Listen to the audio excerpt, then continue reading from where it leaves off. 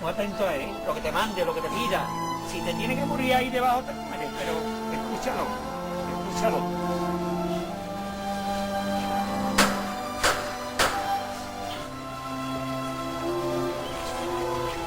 Joaquín, que me escuche.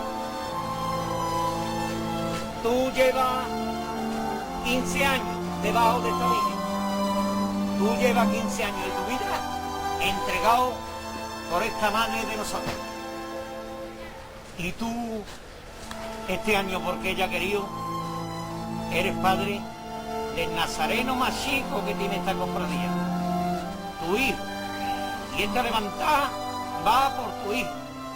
Para que siga la tradición y los años se rompan en el tiempo. Pero que el amor del costalero siga vivo. Por tu hijo. Fuerte y al cielo, ¿eh? Todos por igual, valiente. ¡Vente!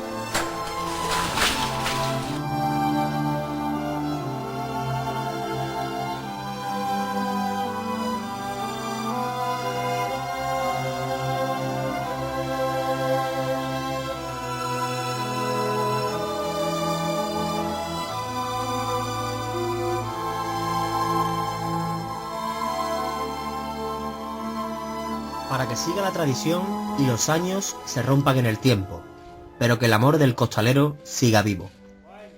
Muy buenas, realmente increíble, espectacular lo que acabamos de oír.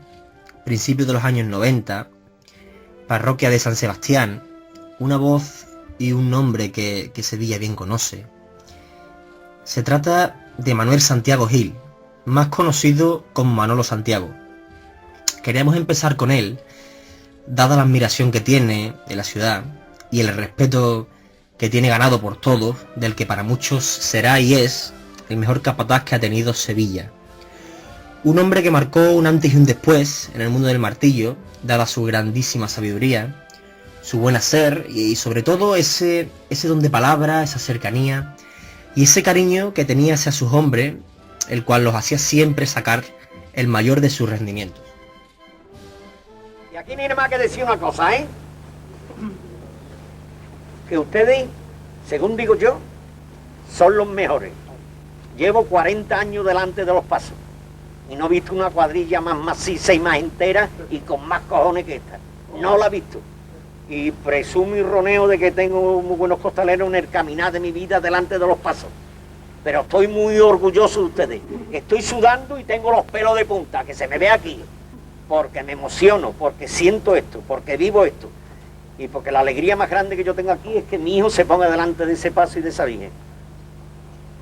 Y que yo sé que ustedes vayan a dar corazón aquí. Eso lo sé seguro. Y yo sé que no va a haber problema. Y voy a seguir roneando mañana de ustedes, que son los mejores. ¡Viva la Asunción Gloriosa! Bueno, pues comenzamos en este primer programa de audio. Y no podría ser de otra manera que dirigiéndonos a ustedes, ¿no? Queríamos pedir disculpas por los pocos recursos que tenemos a la hora de crear estos archivos de audio. Dado que solamente tenemos una grabadora de móvil, un pequeño programa de ordenador, alguna que otra revista con información, vídeos y sobre todo el apoyo de muchísima gente que nos da mucha información, ¿no? Para hacer esto. Queríamos empezar desde la base, ¿no? Desde el origen, desde el principio de todo. Lo hemos denominado el costal en la historia. Con este primer capítulo no pretendemos dogmatizar, se pretende reflexionar sobre la evolución de las andas y los cambios que han habido en la forma de cargar a través del tiempo. Así como centrarnos también aproximadamente en la aparición de la carga interior que nos llevará a la eclosión del costalero antiguo, el costalero de antaño y el enaltecido costalero actual.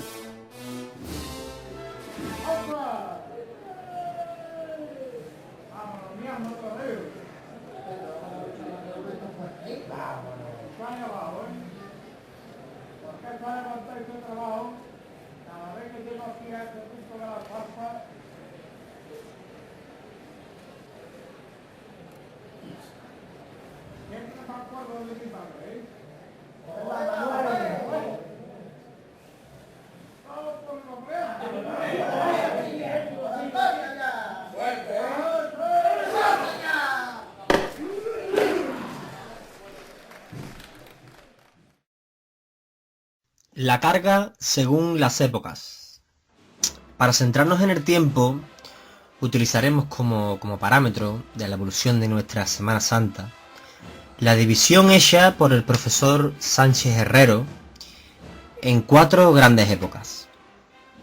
Investigadores actuales centran el origen de la Semana Santa en la evolución de los viacrucis, siendo principalmente el de la Cruz del Campo, que data de 1521, fundado por Marqués de Tarifa.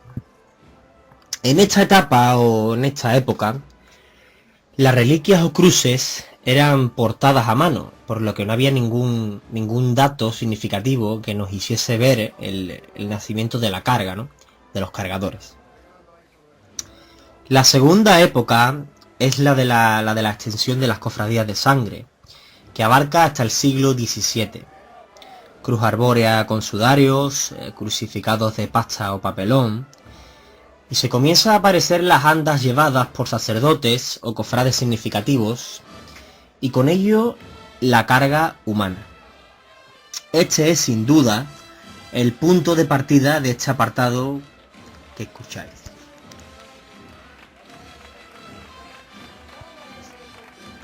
La tercera época es la del barroco. Este periodo es de vital importancia para el estudio de la carga, ya que en él nacerán los primeros palios, los primeros pasos de misterio, la carga mixta, que la carga mixta comprendemos que es la que se realiza tanto en el interior como en el exterior, y el trabajo exclusivamente interior. Su duración se podía dilatar hasta 1940, en la posguerra, cuando nace la cofradía superbarroca o actual. La cuarta época, llamada superbarroco, comprende desde 1940 hasta la actualidad, hasta la fecha. En este periodo se marcan las características fundamentales de lo que va a ser la cofradía actual. Esta época es fundamental para la consolidación de las cargas itinerantes en carrozas enormes sobre ruedas, que más tarde fueron sustituidas por el factor humanos, es decir, que aproximadamente, según data la información y demás, iba por una docena de hombres. Este elemento que sustituyó a las carrozas se denominó rocas, cambiando sus representaciones, ya que significaban los misterios de la pasión.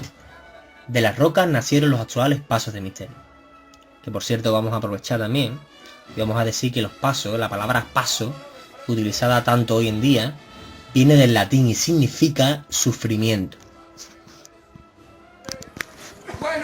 Bueno, menos movimiento ahí abajo, ahora.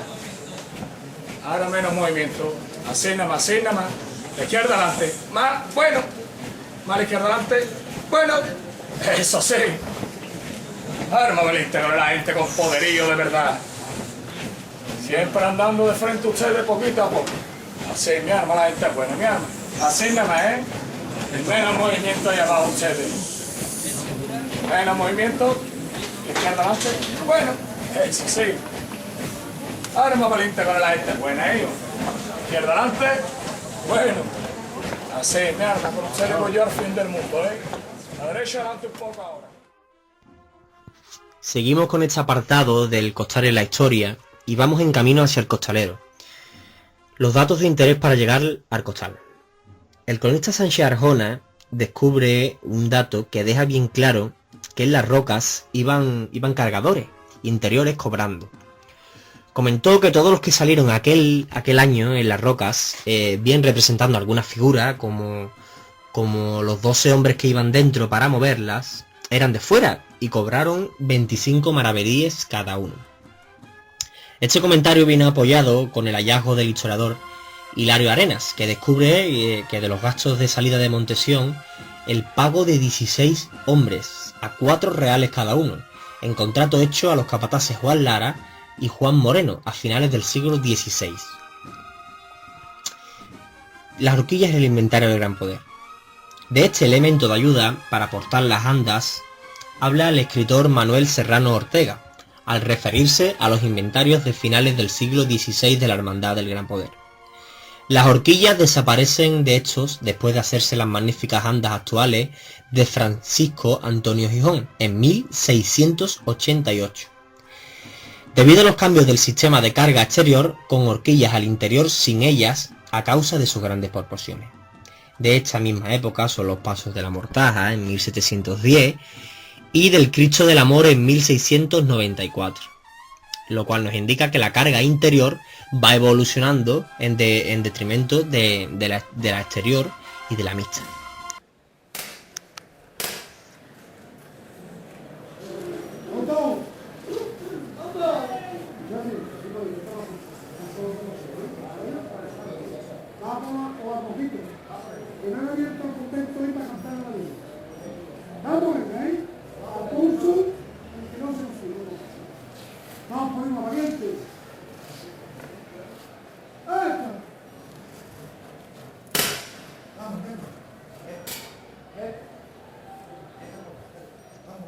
Ya tenemos las andas, tenemos también los palios, tenemos los misterios. ¿Y los costaleros?, se preguntarán ustedes. Pues bien, el primer documento gráfico de los costaleros lo encuentra el profesor Teodoro Falcón en los archivos de la catedral, sin fecha ni firma. Él se los atribuye a Lucas Valdés a finales del siglo XVII y tiene un texto en italiano que refiere a los cargadores de la custodia del corpus, a los que llama facchini. La palabra costalero viene de costal, una especie de gorro hecho manualmente que utilizaban los cargadores para salvar la cerviz del contacto con el elemento a cargar, ¿no? Y a su vez fijaba el punto de apoyo para la carga.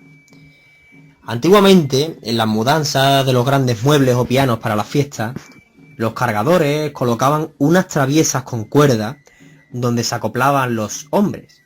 Un sistema similar a lo que hoy día nos encontraríamos debajo de un paso, a lo que llamamos una parihuela.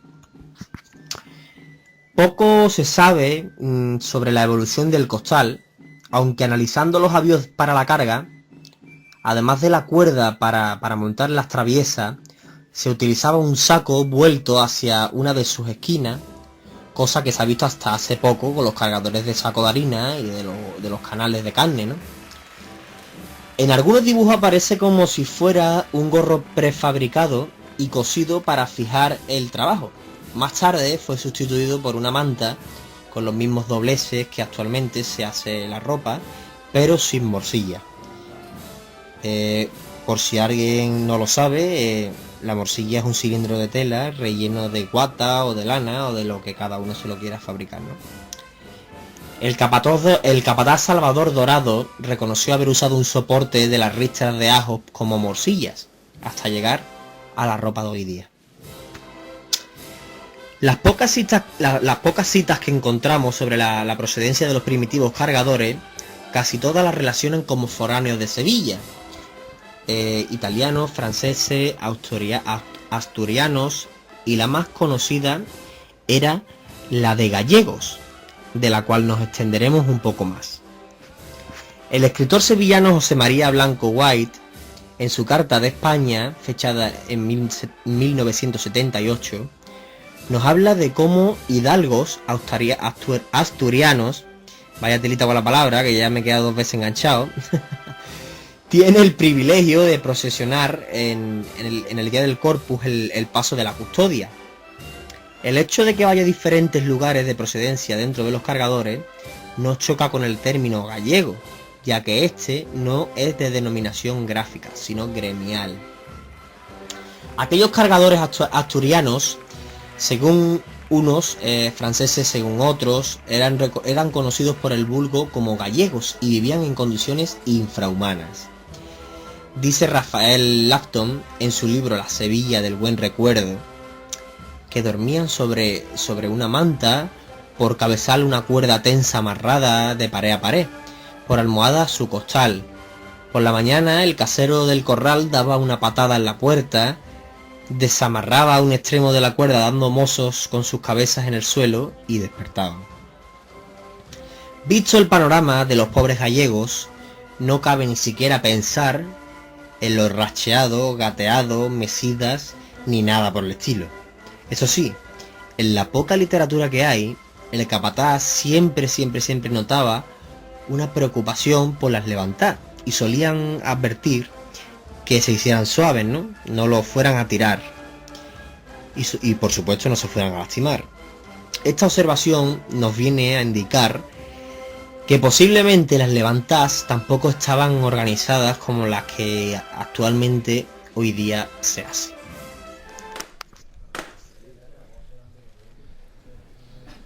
Un momento. Oído. En la calle Arcena chifla un poquito y ¿sabe por qué? Porque arriba en el cielo hay un angelito que se llama Pedro Hornillo y esas son sus lágrimas de ver a la esperanza como se posa delante de su vida de la caridad. Va por ahí, por Pedrito, y por la hermandad del Baratillo. ¡Irra! ¡Vámonos otra vez al cielo con ella, mi alma! Va a tocar martillo Ignacio, su hermano mayor. ¡Vamos a verlo todos por igual variante! Con cacha para arriba y fuerte, ¿eh? ¡Este! ¡Ahí!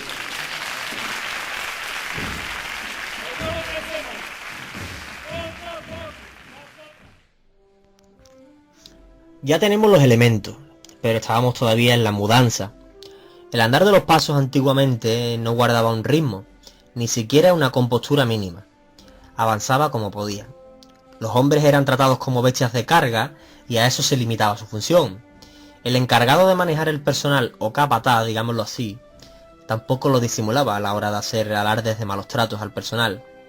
Le daba varetazos, los insultaba y todas esas cosas estaban a la orden del día. Como muestra de lo anteriormente expuesto, plasmo lo escrito por Eugenio Noel en un incidente ocurrido en un pueblo enfrente, ¿no? Esperando que el cura terminara su sermón para realizar los típicos encuentros, el sacerdote se extendió más de la cuenta. Los costaleros cogieron y se fueron despistando disimuladamente a las tabernas del alrededor, y a la hora de la verdad, de sacar los pasos, nadie se coscaba. Según Noel, los capataces reaccionaron de esta manera. Buscaron a los culpables, los metieron bajo las penas de los pasos, a horribles varazos que eran horrendos, y se les oía con escándalo vomitar los más horrorosos insultos y blasfemia que se le puede decir a una persona. El episodio termina fruto del vino y de la ira, en que los pasos no llegan a encontrarse, teniendo que dejarse abandonados y custodiados por la Guardia Civil.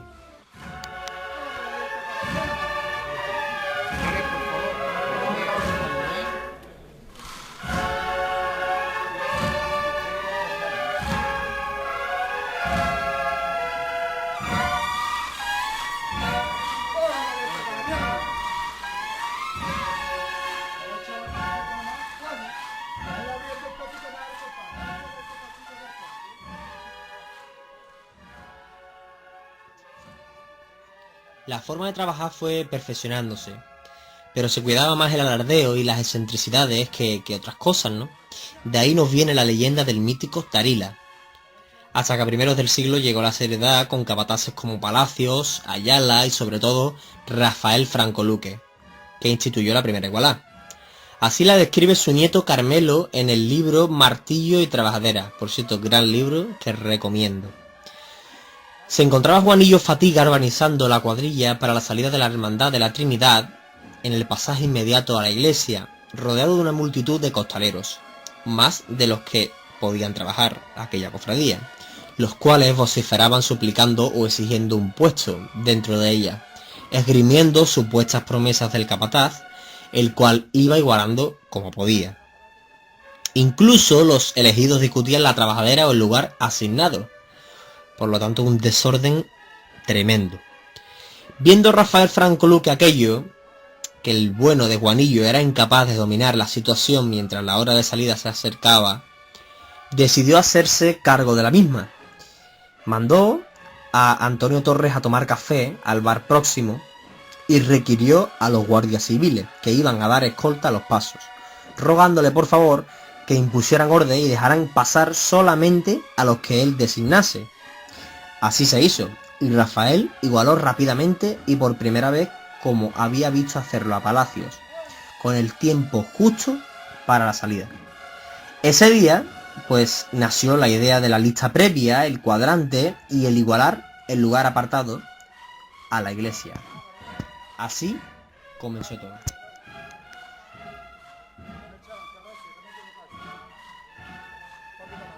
Una vez que el monopolio se abre, se extiende, comienza la competencia entre los maestros y nace el arte de la gente de abajo.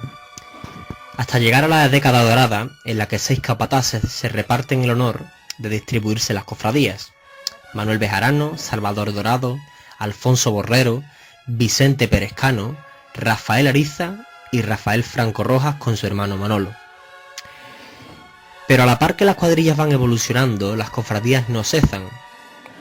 A principios de siglo nace un nuevo concepto, se cambian las líneas rectas y los moldurones por las curvas y nacen las bambalinas, comenzando los palios a ser agradecidos.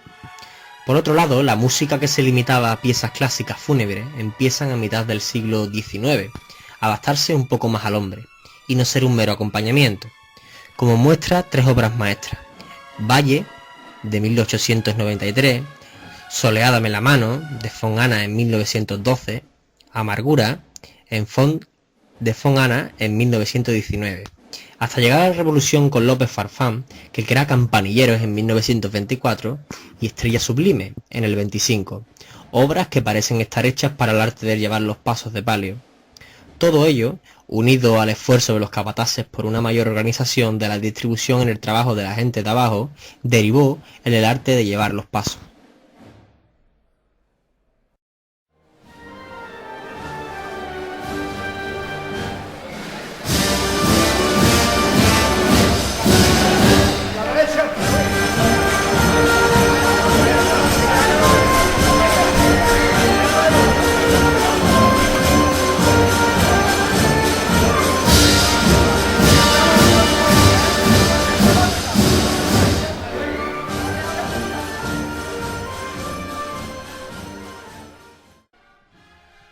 Creemos interesante detenernos un poquito más en la década de oro de los capataces, de ahí a que ahora hablemos un poquito más del tema un poco más adentrado. La historia de los capataces, como la de los costaleros, está por describir. Unos y otros, en el periodo del barroco, pertenecieron a la clase trabajadora más humilde. Los capataces de esa época fueron también anónimos, como lo siguieron siendo prácticamente hasta el siglo XIX. Antes de continuar, quisiera nombrar a unos cuantos capataces que en el presente siglo XX han sido ejemplos y cátedras en el mando y la organización de las cuadrillas de Sevilla. Sin estos nombres propios, todos los que han heredado el mando en nuestras queridas cofradías no serían lo que son. Por delante de mi homenaje de admiración y respeto a ellos, que fueron la década de oro. Por orden alfabético citaré apellidos míticos: Adame, Ariza, Bejarano, Borrero, Dorado, Franco, Moreno, Perezcano, Rechi y Rojas. Andar con buen paso es signo elemental de la vida, pero la simulación del paso humano cae fácilmente en lo grotesco. Esa vida que advertimos en las imágenes procesionales de Sevilla se debe al trabajo de los costaleros. Ellos, igualados y mandados por su capataz, harán que pasos de misterios, cristos o palios anden de distinta forma, pero igual gracia.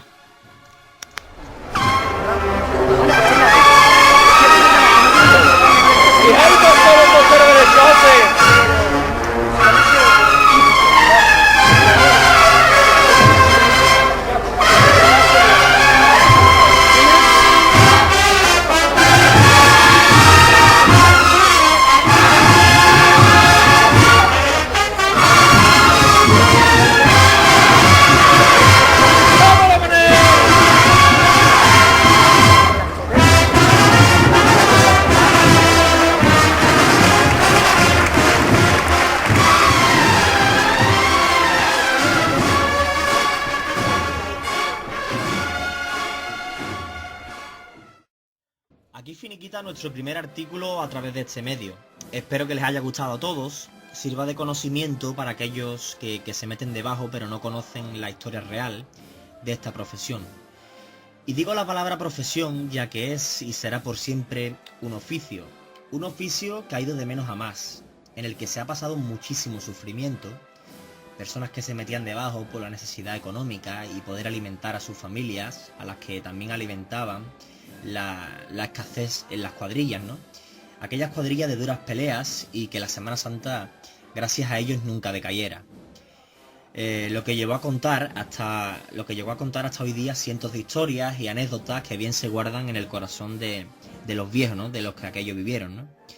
Sin más, agradecer a aquellas personas que se han parado a escuchar este primer programa de audio, decir que se intentará mejorar en la medida de lo posible la calidad de los archivos y por supuesto su contenido, ¿no?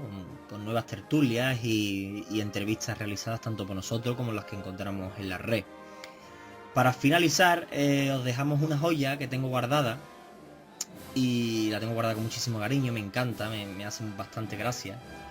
Y trata de una mesa redonda en los años 80 con capataces de grandísima talla y que en paz descansen, ¿no? A la voz Rafael Franco y su anécdota, la del perrito costalero. Muchísimas gracias a todos, nos vemos muy pronto. La anécdota sea un poco más entretenida, lo digo por el público. Sí. Entonces voy a contar, Ponte el micro. Ahí. voy a contar la historia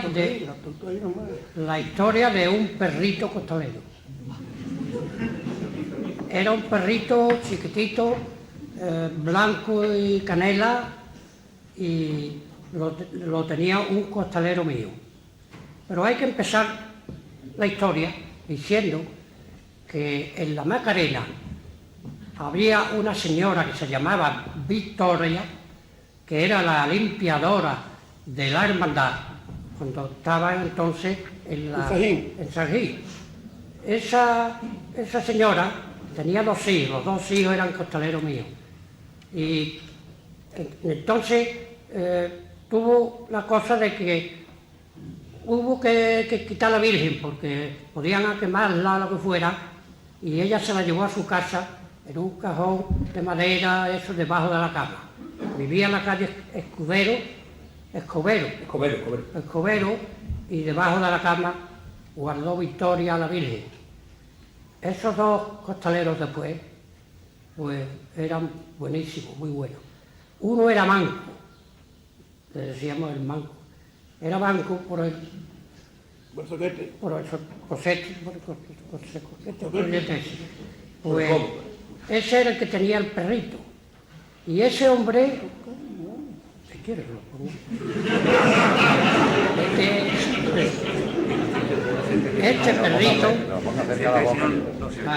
Este perrito salía con su amo. Como era manco, pues siempre iba en la derecha, en el costero izquierdo, porque él se apoyaba en el costero. Y el perrito pues iba siempre al lado, siempre. No había forma de echarlo, ni quitarlo. Yo, hombre, llévate el perro. No, hombre, nada. Bueno, pero como era muy gracioso, pues seguía. Y hacía la corrida entera. Y entonces, pues un año, llega la campana, los guardias cogieron el perro y se lo llevaron. Y entonces, pues al día siguiente, pues iba todos los días con su perro y el perro no. Entonces al día siguiente, el perro, cuando llegó a la campana, ya lo hacía siempre, cuando iba a la campana se metía debajo. Entonces, la historia no sigue aquí. Entonces seguía entraba hasta la catedral. Y cuando ya salía de la catedral, entonces cogía, pum, y se iba. Como ya entonces había mucho público, se iba y ya de cuando se asomaba a ver si estaba ahí su amo y se iba. Bueno, pues desaparecía. Pero cuando la Virgen llegaba, la que fuera, todas las que él llevaba, a la iglesia, allí estaba ya el perrito. Entonces el manco, llegaba, Portillo se llamaba el manco, que se me olvidaba. Pues entonces le liaba el costal, así, y se lo llevaba a la boca y se iba. Se iba el perro a su casa, no había quien le quitara el costal. Cuando llegaba allí, la mujer de Portillo decía, cuando él volvía, porque bebía después mucho, cuando iba tarde decía, el perro vino hasta la hora.